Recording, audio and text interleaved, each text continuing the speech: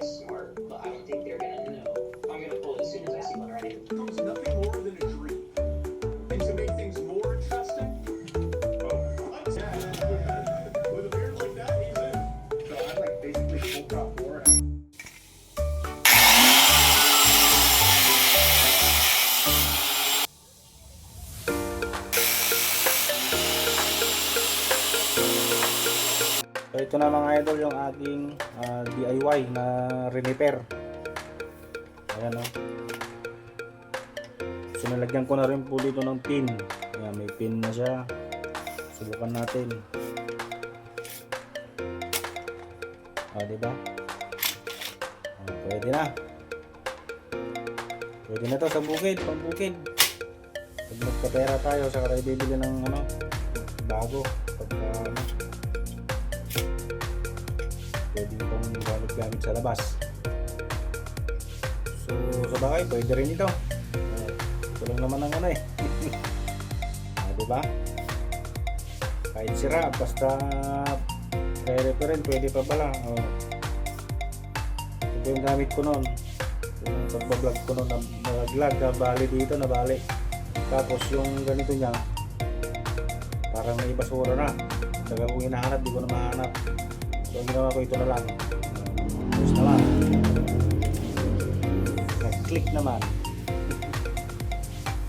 Yung halos half day kong ginawa mga idol. Diba?